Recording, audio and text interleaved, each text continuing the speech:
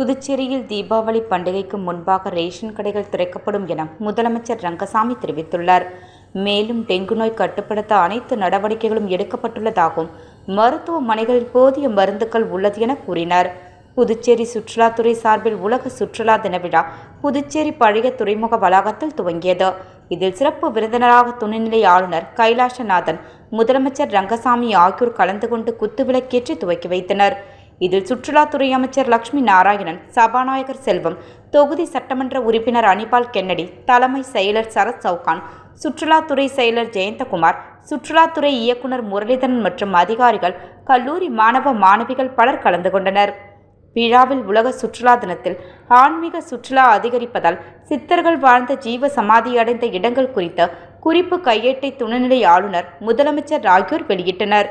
தொடர்ந்து விழாவில் பேசிய முதலமைச்சர் ரங்கசாமி, புதுச்சேரியில் சுற்றுலா வளர்ச்சிக்கு மிகவும் பெரிய அளவில் வளர்ச்சி அடைந்து வருவதாகவும், வாரத்தில் 3 நாட்கள் சுற்றுலா பயணிகள் வருகையால் அனைத்து பகுதிகளிலும் போக்குவரத்து நெரிசல் ஏற்படுகிறது.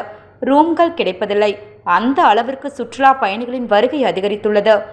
இப்பொழுது 5 நாட்களாக இது அதிகரித்து வருகிறது என்றும், புதுச்சேரி ஒரு ஆன்மீக பூமி.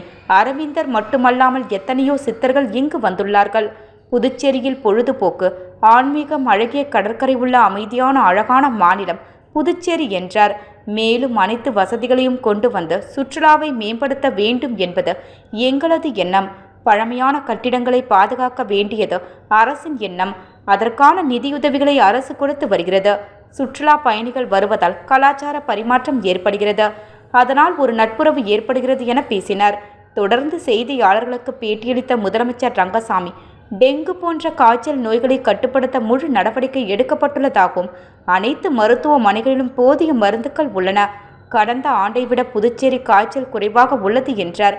மத்திய அரசு புதுச்சேரிக்கு தேவையான நிதி மற்றும் உதவிகளை செய்து வருகிறது, தொடர்ந்து செய்யும் என நம்பிக்கை தெரிவித்த முதலமைச்சர் ரங்கசாமி, புதுச்சேரியில் தீபாவளி பண்டிகைக்கு முன்பாக ரேஷன் கடைகள் திறக்கப்படும் என முதலமைச்சர் ரங்கசாமி தெரிவித்துள்ளார்.